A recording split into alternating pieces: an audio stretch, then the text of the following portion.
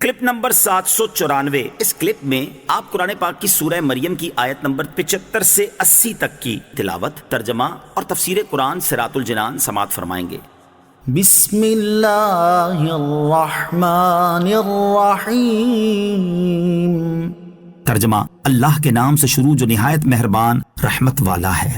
قل من كان في الضلالة فليمدد له الرحمن مدا حتى إذا رأوا ما يوعدون إما العذاب وإما الساعة فَسَيَعْلَمُونَ مَنْ هُوَ شَرٌّ مَكَانًا وَأَضْعَفُ جُنْدًا۔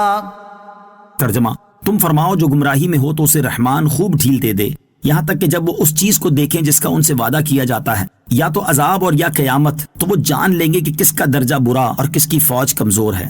قُلْ مَنْ كَانَ فِي الضَّلَالَةِ، تم فرماؤ جو گمراہی میں ہو۔ اس آیت میں کافروں کے نظریے کا ایک اور جواب دیا گیا۔ چنانچہ ارشاد فرمایا کہ اے حبیب صلی اللہ تعالی علیہ وسلم، آپ مال و منال پر فخر کرنے والے ان کافروں سے ارشاد فرما دیں کہ جو گمراہی میں ہوں تو اسے رحمان عز و جل دنیا میں لمبی عمر اور زیادہ مال دے کر خوب ڈھیل دیتا ہے، یہاں تک کہ جب وہ گمراہ لوگ اس چیز کو دیکھیں گے جس کا ان سے وعدہ کیا جاتا ہے، یا تو دنیا میں قتل و قید کا عذاب اور یا قیامت کے دن جس میں وہ جہنم میں داخل ہوں گے، تو اس وقت وہ جان لیں گے کہ مسلمانوں اور کافروں میں سے کس کا درجہ برا اور کس کی فوج کمزور ہے۔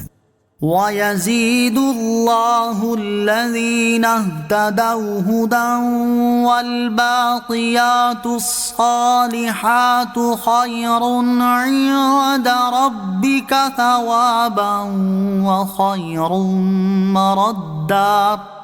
ترجمہ، اور ہدایت پانے والوں کی ہدایت کو اللہ اور زیادہ بڑھا دیتا ہے، اور باقی رہنے والی نیک باتیں تیرے رب کے ہاں ثواب کے اعتبار سے بہتر اور انجام کے اعتبار سے زیادہ اچھی ہیں۔ وَيَزِيدُ اللَّهُ الَّذِينَ اهْتَدَوْا هُدًى، اور ہدایت پانے والوں کی ہدایت کو اللہ اور زیادہ بڑھا دیتا ہے۔ گمراہ لوگوں کا حال بیان کرنے کے بعد اب یہاں سے ہدایت پانے والوں کا حال بیان کیا جا رہا ہے۔ چنانچہ ارشاد فرمایا کہ وہ لوگ جنہوں نے ہدایت پائی اور ایمان سے مشرف ہوئے، اللہ تعالیٰ انہیں اس پر استقامت عطا فرما کے اور مزید بصیرت و توفیق دے کر ان کی ہدایت کو اور بڑھا دے گا اور ان کے ایمان، عمل اور یقین میں مزید اضافہ فرما دے گا۔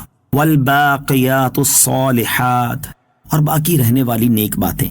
ارشاد فرمایا کہ اے حبیب صلی اللہ تعالی علیہ وآلہ وسلم، باقی رہنے والی نیک باتیں آپ کے رب عز و جل کی بارگاہ میں ثواب کے اعتبار سے بہتر اور انجام کے اعتبار سے زیادہ اچھی ہیں، جبکہ کفار کے اعمال سب نکمے اور باطل ہیں۔ أَفَرَأَيْتَ الَّذِي كَفَرَ بِآيَاتِنَا وَقَالَ لَأُوتَيَنَّ مَالًا وَوَلَدًا اطلع الغیب ام اتخذ عند الرحمن عہدا کلا سنکتب ما یقول ونمد له من العذاب مدا ونرثه ما یقول ویأتینا فردا۔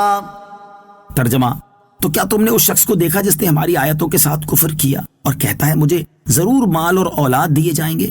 کیا اسے غیب کی اطلاع مل گئی ہے یا اس نے رحمان کے پاس کوئی عہد کر رکھا ہے؟ ہرگز نہیں۔ اب ہم لکھ رکھیں گے جو وہ کہتا ہے اور اسے خوب لمبا عذاب دیں گے، اور وہ جو چیزیں کہہ رہا ہے اس کے ہم وارث ہوں گے اور وہ ہمارے پاس تنہا آئے گا۔ افرأیت الذی کفر بآیاتنا، تو کیا تم نے اس شخص کو دیکھا جس نے ہماری آیتوں کے ساتھ کفر کیا؟ صحیح بخاری اور صحیح مسلم کی حدیث میں ہے، حضرت خباب بن ارت رضی اللہ تعالیٰ عنہ کا زمانہ جاہلیت میں عاص بن وائل سہمی پر قرض تھا۔ وہ اس کے پاس تقاضے کو گئے تو عاص نے کہا کہ میں تمہارا قرض ادا نہ کروں گا جب تک کہ تم محمد مصطفیٰ صلی اللہ تعالیٰ علیہ وسلم سے پھر نہ جاؤ اور کفر اختیار نہ کرو۔ حضرت خباب رضی اللہ تعالیٰ عنہ نے فرمایا ایسا ہرگز نہیں ہو سکتا یہاں تک کہ تم مرے اور مرنے کے بعد زندہ ہو کر اٹھے۔ وہ کہنے لگا کیا میں مرنے کے بعد پھر اٹھوں گا؟ حضرت خباب رضی اللہ تعالیٰ عنہ نے کہا ہاں۔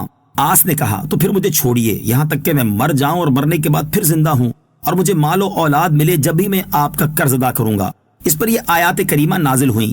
چنانچہ اس آیت اور اس کے بعد والی 3 آیات کا خلاصہ یہ ہے کہ اے حبیب صلی اللہ تعالی علیہ وآلہ وسلم، کیا آپ نے اس شخص کو دیکھا جس نے ہماری آیتوں کے ساتھ کفر کیا اور وہ مذاق اڑاتے ہوئے کہتا ہے کہ اگر میں دوبارہ زندہ ہوا تو آخرت میں مجھے ضرور مال اور اولاد دیے جائیں گے؟ کیا اسے غیب کی اطلاع مل گئی ہے؟ اور اس نے لوح محفوظ میں دیکھ لیا ہے کہ آخرت میں سے مال اور اولاد ملے گی، یا اللہ تعالیٰ نے اس سے کوئی وعدہ کیا ہوا ہے جس سے اسے معلوم ہو گیا ہے کہ وہ قیامت میں بھی خوشحال ہوگا؟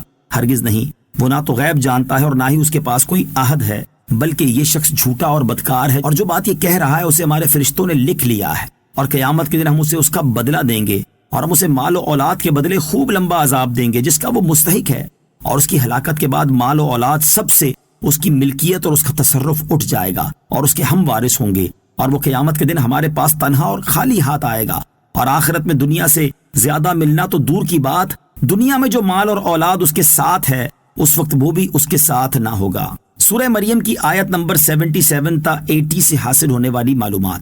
ان آیات سے دو باتیں معلوم ہوئیں۔ نمبر 1، شریعت کے احکام کا مذاق اڑانا کفار کا طریقہ ہے، اس سے وہ لوگ اپنے طرز عمل پر غور کر لیں جو حدود، قصاص اور نکاح و طلاق وغیرہ سے متعلق شریعت کے احکام کا مذاق اڑاتے اور انہیں انسانیت سوز احکام ثابت کرنے کی کوشش کرتے ہیں۔ نمبر 2، مرنے کے بعد اور قیامت کے دن کفار کا مال و اولاد انہیں کچھ کام نہ آئے گا۔ یاد رہے کہ مومن کا مال اور اس کی اولاد کے ساتھ یہ معاملہ نہ ہوگا، بلکہ اسے مرنے کے بعد اللہ تعالیٰ کی رضا حاصل کرنے کی خاطر راہ خدا میں خرچ کیا ہوا مال بھی کام آئے گا، اور اس کی نیک اولاد سے بھی اسے فائدہ حاصل ہوگا۔